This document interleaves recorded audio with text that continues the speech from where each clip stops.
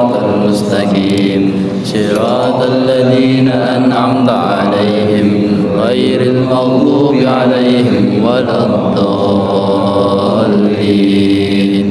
آمين. Para jemaah, alhamdulillah, sore hari ini kembali kita dipertemukan Allah dalam majelis yang penuh dengan keberkahan ini. Mudah-mudahan apa yang kita laksanakan dicatat oleh Allah sebagai amal soleh. Amin. Para jemaah, kita lanjutkan kajian kita bab 6, menerangkan tentang keutamaan wudu, fadilai wudu. Kalau esok suwi 40 bab saya ini sih bab 6 terus izin sabar mau hadis nomor berapa itu? Nomor 4 bab 6 hadis nomor 4. Bismillahirrahmanirrahim. Qala al-musannif rahimahullah ta'ala wa nafa'ana bihi wa bi'ulumihi wa a'ada 'alaina min barakatihi wa asrarihi fid darin amin. Wa qala sallallahu alaihi wasallam lan dawuhan Nabi sallallahu alaihi wasallam, an-na'imu dhahir utawi wong turu at-dhahiru kang suci iku kas-shaimil qaim ngupamani wong sing poso tur sembahyang. Di panjenengan kok sare dalam keadaan suci, maka dicatat sama halnya orang yang berpuasa di siang hari dan melakukan sholat sepanjang malam. Enak turu hadis tidak main-main. Nah ini beda nih. Dalam hadis yang lain Rasulullah menyampaikan, idza nama abdu ala taharati urija biruhihi ila al-arshi. Barang siapa yang tidur dalam keadaan suci, maka ruhnya itu akan ditempatkan oleh Allah di arsy, dan dicatat sepanjang tidurnya itu melakukan sholat. Hadis lagi ini beda nih, uang naik dua ilmu kalau gak dua ilmu itu memang sangat beda. Saya sih tak berdu sholat, saya sih tak turu, tidak ada kodoh.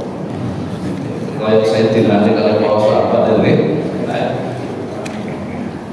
maka tidak salah ketika Rasulullah mengatakan naumul alim khairun min ibadatil jahil. Turune wong alim iku luwih apik tinimbang ibadahe wong bodho. Wis pokoke apa-apa wong bodho. Pasti. Insya Allah sudah saya terangkan tentang asbabul wurud, sebab-sebab turunnya hadis tadi. Tahu nih? Hah? Cocok bisa. Jadi sebab-sebab turunnya hadis itu begini. Ketika Rasulullah melakukan syiah itu perjalanan, di tengah jalan itu Rasulullah melihat di depan masjid itu ada jin mondar-mandir, riwayat. Kali kanjeng Nabi ditegur, ini apa kok riwayat ini? Jin ini kemudian tidak berani bohong kalau sama Rasulullah. Ulangi aja nih budok sing sholat teng jero masjid itu. Dan terus kowe gak mau punya teng ember masjid itu wonten sing tiang sing tuku. Lho, kowe malah ketinggalan wong tuku gak ketinggalan wong sing endi sing sholat iku wong bodho. Sing turu niku wong alim. Maka Rasulullah membuat sebuah statement, naumul alim khairun min ibadatil jahil. Tidurnya orang alim itu lebih baik daripada ibadahnya orang. Itu sebab-sebab turunnya hadis.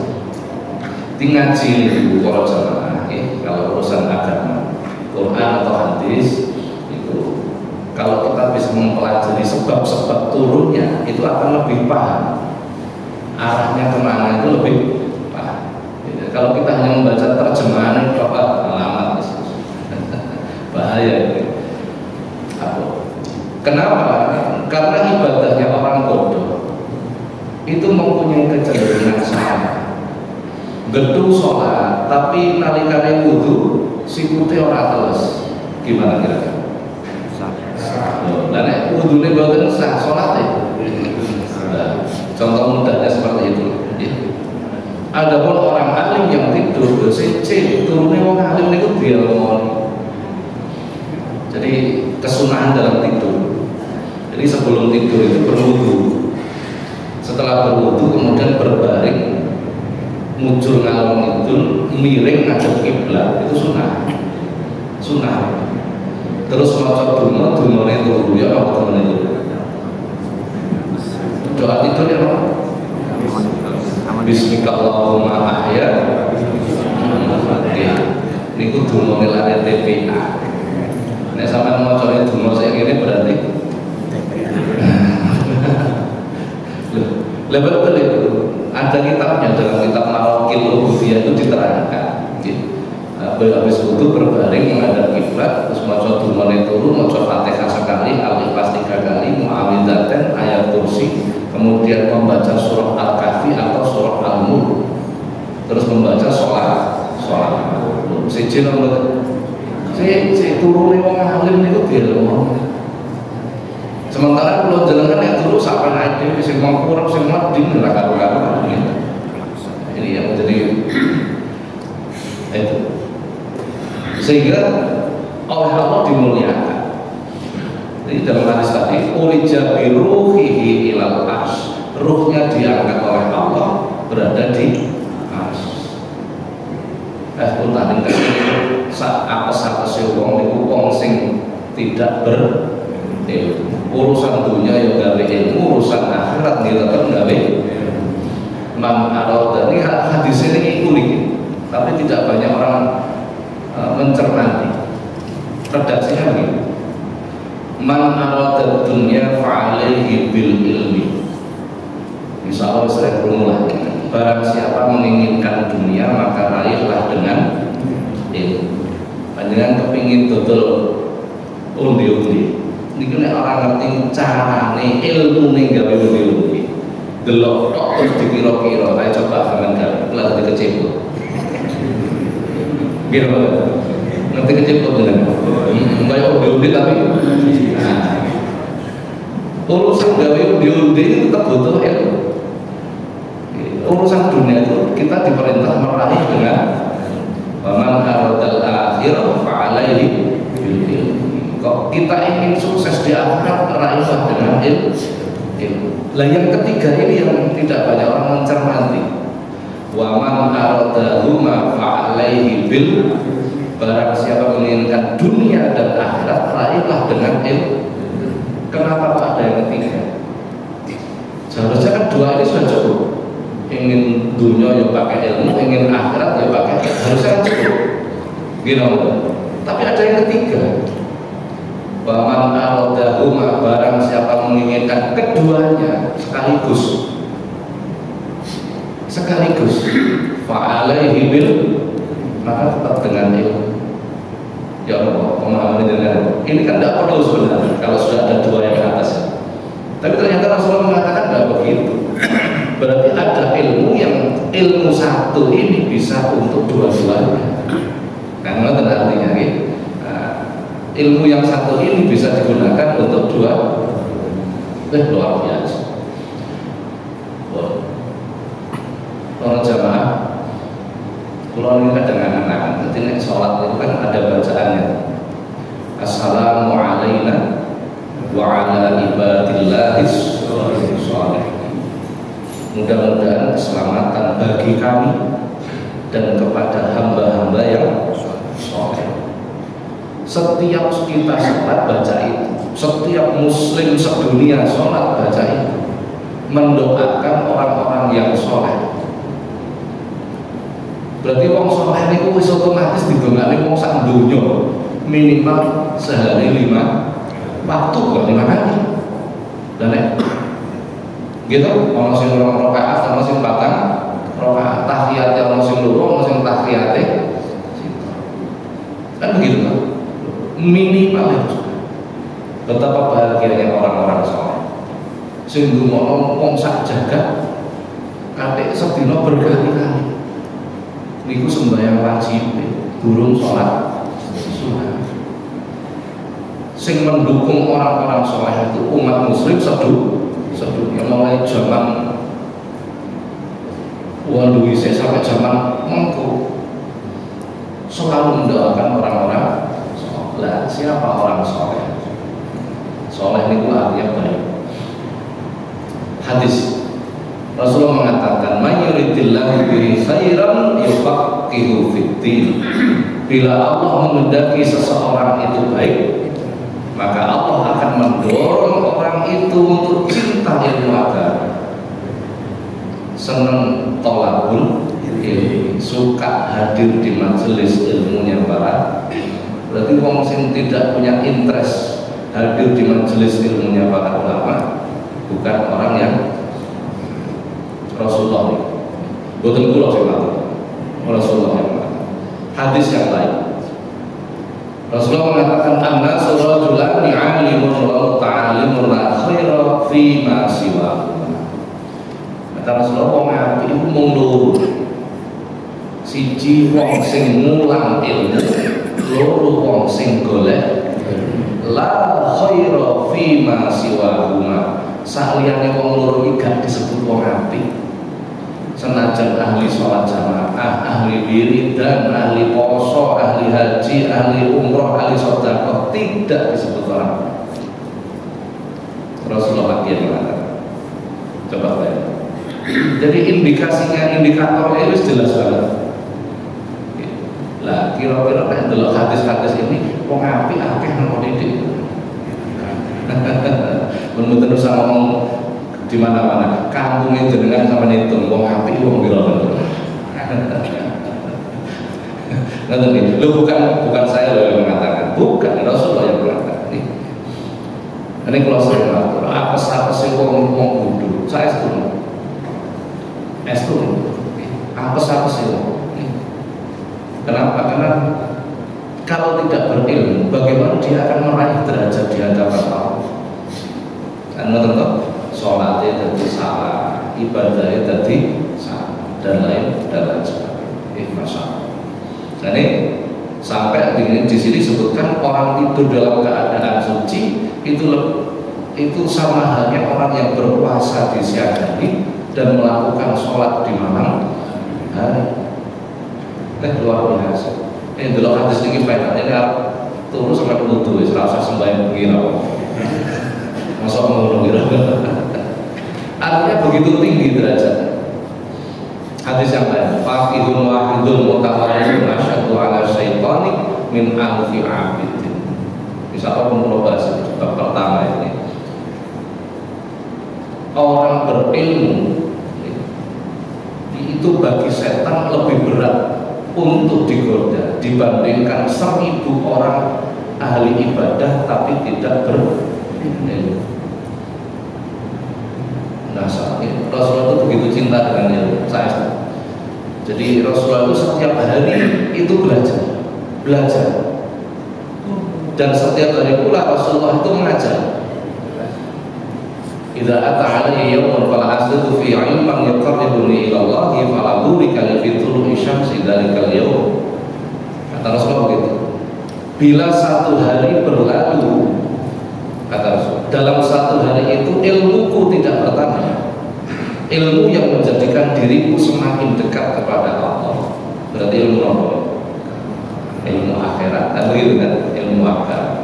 Fala burika li fitruhi syamsi dzalikal yawm, maka dalam satu hari itu tidak ada keberkahan. Bilang berarti sedino orang tambah ilmu, nih sedino itu orang barokah. Senajan sedino itu akeh duit, ini orang barokah. Emang pilih budi kira-kira, pilih duit atau pilih barokah? Nah, pilih lah ya. Kalau itu kan milih ya pilih karu. Itu jenenge gak milih. Gitu. Itu Rasulullah seperti itu. Dan kalau jenengan memang mengaku umat Rasulullah, maka harus menteladani Rasulullah, kan begitu kan?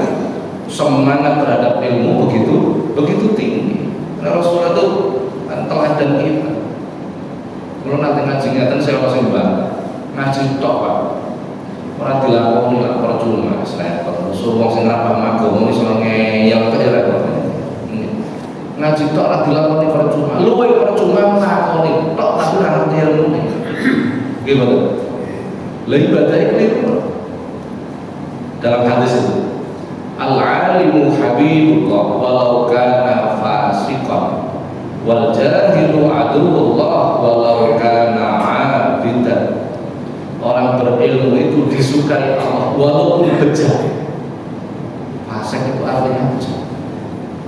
Orang bodoh itu musuh Allah walaupun ahli ibadah. Kenapa kok begitu? Orang alim itu kalau mencuri, dia tahu nggak kalau mencuri itu dosa? Tahu. Nek ngerti mencuri itu dosa, kira-kira saya kena diarep-arep tobatin ngomong.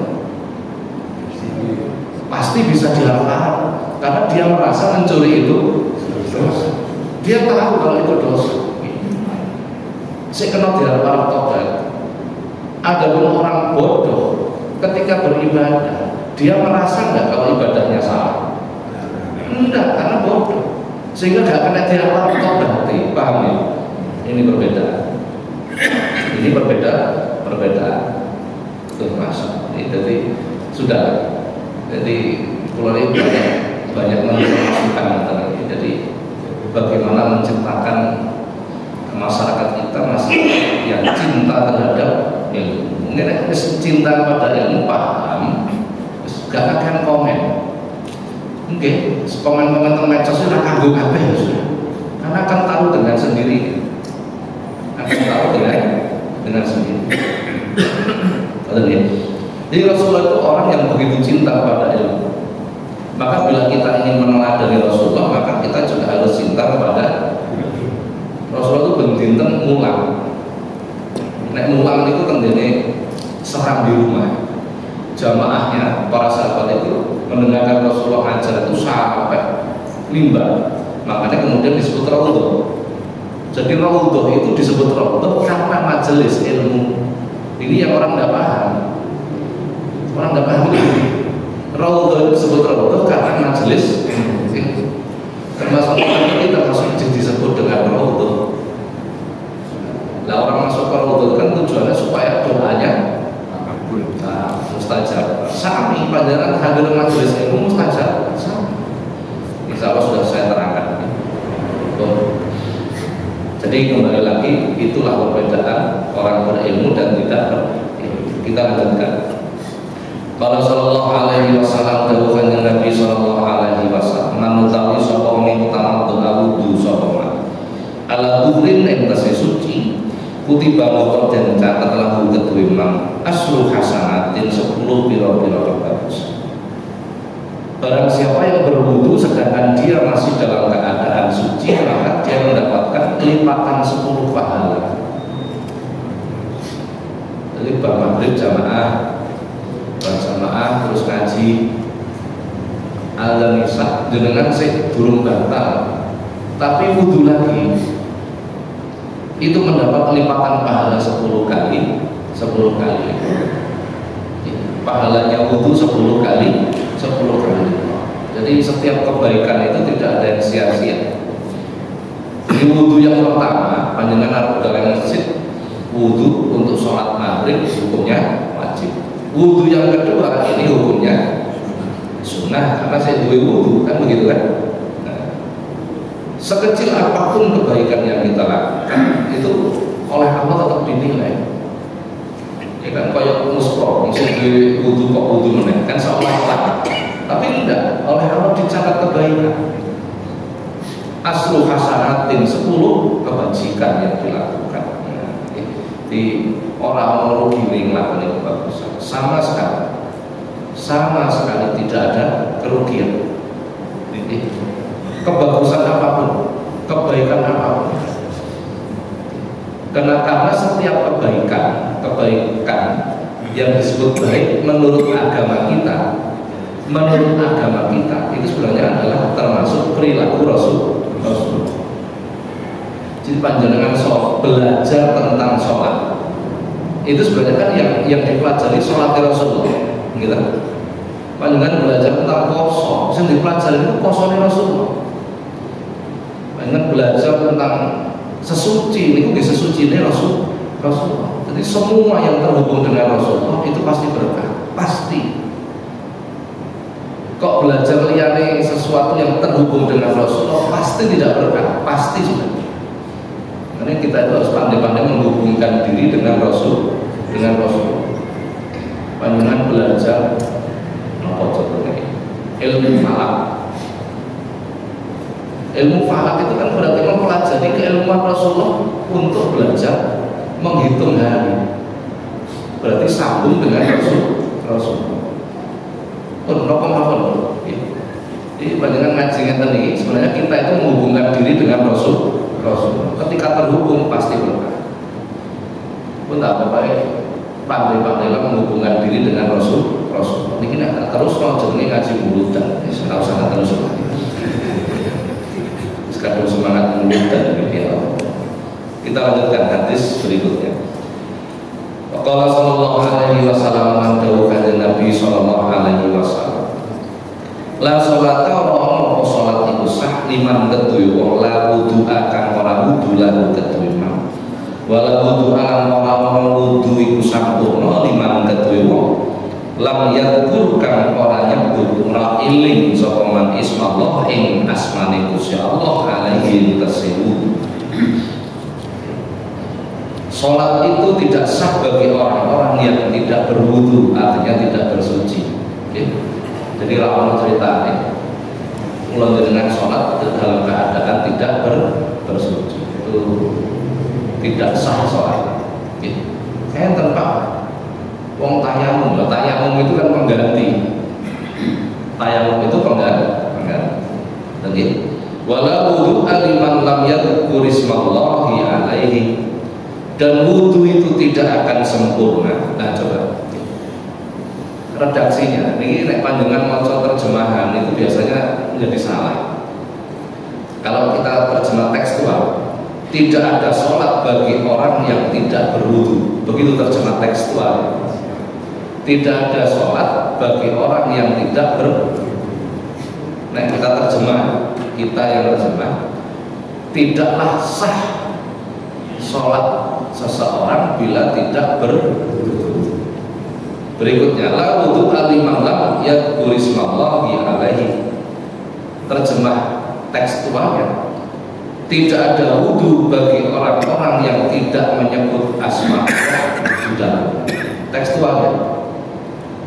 Tapi makna hakikinya, tidaklah berwudu itu sempurna, bukan tidak sah, sempurna bagi orang-orang yang tidak menyebut asma Allah ketika melakukan.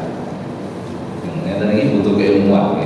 Redaksinya podo tapi maknanya kok orang podo. Nah, itu butuh keilmuan sendiri. Jadi bagi orang-orang yang berwudu, di dalam wudunya dia tidak menyebut, tidak ingat kepada Allah, maka wudunya tidak sempurna. Bukan tidak sah, tidak sempurna. Kenapa kok disebut orang yang berwudu tetapi tidak menyebut, tidak ingat Allah di dalam wudunya itu tidak dinyatakan tidak sah tapi tidak sempurna? Ada hadis yang lain. Saya bacakan hadis. Rasulullah mengatakan, inna man dzakara inda wudu'ihi dzakharallahu jasadahu kullu wa man lam yadhkurillahu lam yutahhir minhu illa ma asabahu. Sesungguhnya orang-orang yang ingat kepada Allah ketika wudu, maka Allah akan mensucikan jasadnya kesemuanya. Tangane, wetenge, dodone, kupinge, mripate, kesemuanya gegere disucikan oleh Allah. Wa man lam yadhkurillah lam yutahhir minhu illa ma asabahu. Barang siapa yang tidak ingat kepada Allah ketika berwudu, maka Allah tidak akan mensucikannya kecuali yang terkena air. Loh, berarti ada yang ingat Allah, ada yang tidak ingat Allah ketika wudu. Makanya disebut tidak sempurna. Orang yang ketika berwudu tidak ingat Allah, maka yang disucikan Allah adalah bagian yang terkena air saja. Berarti kan tetap sah. Berarti tetap sah. Ada nih, wudu wajahnya dibasuh, maka dosanya wajah dihilangkan. tangannya dibasuh, dosanya tangan dihilang. Hanya itu saja. Kalau ketika berwudu tidak ingat kepada Allah, tapi bila ketika berwudu ingat kepada Allah seluruhnya, dosane dodone, jerone dodo, atine barangkali punya suudzon, barangkali riya, barangkali ujub, barangkali takabur, disucikan. Pikirannya disucikan, gegere semuanya disucikan oleh Allah. Bagaimana mengingat Allah ketika wudu kan sudah diajarkan oleh Rasul. Gitu? Ketika kita membasuh tangan, Rabbi a'udzubika min hamazati syayatin wa a'udzubika Rabbi ayyahdurun, membasuh tangan. Ketika kita mengusap maslu ba'dur ra'si, mengusap sebagian kepala, berdoa Allahumma harrim sya'ri wa basari alanna. Panjangan di bawah semua. Lama cokok. Nama itu wudu, itu niatnya wudu, duduk dungane wudu. Itu wajib niat wudu itu. Jadi nek ngomong sunnah yang belum kita lakukan, wah ya amat sangat banyak, membasuh delamaan zikir Allahumma sabbit qadami ala sirat, ya Allah tetapkanlah kedua delamaan kedua telapak kaki kami ketika melintas di siratal mustaqim. Ini kesunahan ketika orang wudu maca donga akhire wudu ya apa jenenge dongane minal takbir bismillah terus ditambahi maca surah Al-Qur'an begitu kemarin ya. Luar biasa itu, setiap hurufnya menjadi pahala yang berlipat-lipat bagi kita. Banyak sekali kesunahan-kesunahan di dalam, sehingga ketika wudu kita itu kita lakukan sempurna seperti itu, maka Allah mensucikan diri kita lahir batin. Ketika kita suci lahir batin, kita sholat, kita menghadap kepada Zat yang Maha Suci. Gusti Allah itu Maha Suci. Innallaha thayyibun la yaqbalu illa thayyiban. Gusti Allah itu api orang menerima apa sing ora. Gusti Allah itu suci, tidak menerima sesuatu yang tidak suci. Maka barulah kita pantas untuk menghadap kepada terus niki berarti sholat itu belum jenengan ini enggak patek pantas kira-kira Gusti Allah. Masalah itu wudu itu seperti itu. Dalam kitab Ihya Ulumuddin, wakil atau Analuddin, kisah jaminan. Nah, ini benar jamin. Toharo bersuci itu ada 4 tingkat. Yang pertama adalah tadhirul dhahir anil ahdas wal ahbas, mensucikan dohir anggota tubuh kita minal ahdas wal ahdas, dari kotoran dan najis. Itu pertama.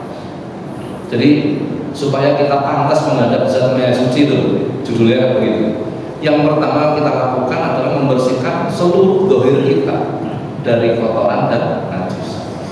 Tubuh kita ojo nganti ono najis, maksudnya nek sholat ngoten nih. Baju kita, tempat yang kita gunakan untuk sholat. Ini pertama. Tingkat kedua, tadhirul jawarih anil jara'im wal asam, mensucikan anggota tubuh kita minal jara'im wal asam, dari dosa dan kesalahan. Para sahabat itu kalau berwudu bilang wajah para sahabat itu memerah karena takut menghadap Allah, sehingga mereka bertobat kepada Allah ketika wudu. Nalikane wudu itu tobat ning Gusti Allah, ngelingi dosa, ngelingi keluputan, karena akan menghadap Zat yang Maha Suci. Sementara penjenengan Arab salat ini secengeng-cengeng dalam ya napa terus napa amput nih, amput iki khawatir piye ngono. Yang nomor 3, tadhirul qalbi anil akhlaqil madmumah, mensucikan hati dari akhlak yang tercela. Jadi ketika kita akan menghadap kepada Zat yang Maha Suci, Allah, Hati kita harus suci pula dari sifat-sifat tercela, riya, ujub, kadzab, ghadab, ghaflah, sum'ah, kibir. Dan nek kula nggak ngerti akhlak yang tercela, bagaimana kita bisa mensucikan? Dan nek kula dengan orang rumangsani nek duwe akhlak yang tercela, bagaimana kita akan mensucikan? Lah gak rumangsa. Rumangsane bener ya kan susah. Wong nek rumangsa bener kan susah. Orang ngerti salah ya. Kan begitu kan. Ketiga itu. Tambahan kan Pak mungkin padahal 4. Yang nomor 4 tadhiru sirri amma Allah. Mensucikan basiratus sirri dari sesuatu selain Allah. Hati kita kalau dalam hati itu isinya banyak. Jadi hati kita itu luasnya itu melebihi luasnya langit dan bumi. Dalam hadis qudsi, lam yasani ardi wala samai, kata seandainya aku bertempat di langit gak kamot, langit gak kamot, hancur. Seandainya aku bertempat di bumi gak kamot, hancur. Walakin wasi'ani qalbal mu'min, tetapi ketika aku bertempat dalam hati orang mukmin, kamot. Ini majazi, jangan diartikan orang bertempat. Ini menunjukkan hati orang mukmin itu begitu luas, lebih luas daripada langit dan bumi. Nah, dalam hati manusia itu isinya macam-macam. Ada akal, akal itu dalam hati, dalam kolbu itu dalam jantung. Jadi kolbu itu berada di dalam sonal barun. Dalam bahasa Arab sonal barun itu artinya jantung. Manggil itu meriku dada sebelah kiri. Itu tempatnya hati. Jadi ada akal di situ. Jadi akal itu gak otak, bukan otak itu kan materi, ada fisiknya. Kalau udah ada fisik, dalam hati pula terdapat ilmu. Jadi ilmu yang manfaat itu manggon yang di luar hati. Sering sudah pernah saya terangkan. Dalam hati pula itu ada lapisan-lapisan. Salah satunya namanya basiratul qalbi, mata hati. Mata hati, sehingga kita punya perasaan, punya sensitivitas, punya kepedulian. Itu karena ada basiratul qalbi. Panjenengan tanggal 0, tanggal 5, atine seneng. Yang menangkap ini mata hati. Panjenengan ini sing bapak-bapak, kok ndelok rondo ayu, padahal delok nang atine katut. Ini saya mau membuat sebuah ilustrasi yang paling mudah. Yang menangkap apa? Basiratul qalbi. Yang menangkap itu, sehingga perasaan kita itu peka. Ada nih. Dari basiratul qalbi masuk ke dalam hati, jauh ke dalam. Itu ada namanya basiratus sirri. Basiratus sirri itu untuk memandang alam malakut. Alam malakut dalam goib. Goib itu dibagi dua, goib suwari sama goib hakiki. Goib suwari itu goibnya makhluk, malaikat, goib jin, goib pikiran orang, goib gitu. Nah, harus kita imani sesuatu yang goib. Yu'minuna bil. Untuk bisa memandang itu, maka basiratus sirri kita harus bersih. Itu jauh dari basiratul qalbi ke dalam hati. Bersih dulu, sehingga hati kita ini bisa memandang ke alam malaikat. Jadi goib pertama namanya goib suwari, goibnya makhluk. Goib kedua goib hakiki. Goib hakiki itu Allah. Jadi kalau basiratus sirri kita bersih, kita akan bisa memandang. Itu lah paham kok tak terang. Jadi macam ilmu angel, macam ilmu angel. Saya sendiri belum bisa melakukan. Tapi ini perlu saya sampaikan supaya kita punya ukuran. Oh, tiba ya aku sih tekok ini, gitu maksudnya.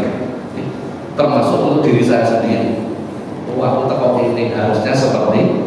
Ini Rasul kan mengatakan anta abudallah ka'annaka ta'ala, beribadahlah kepada Allah seolah-olah engkau melihat Allah. Nah, ini harus kita kejar ini. Karena ini takun tarahu fa innahu yaraka. Bila engkau tidak bisa melihat Allah, maka merasalah bahwa Allah melihat kepada. Paling tidak kita merasa dilihat oleh Allah. Kalau jamaah belum ngapunten bukan saged ndelok jamaah. Ini model kaya wong kerja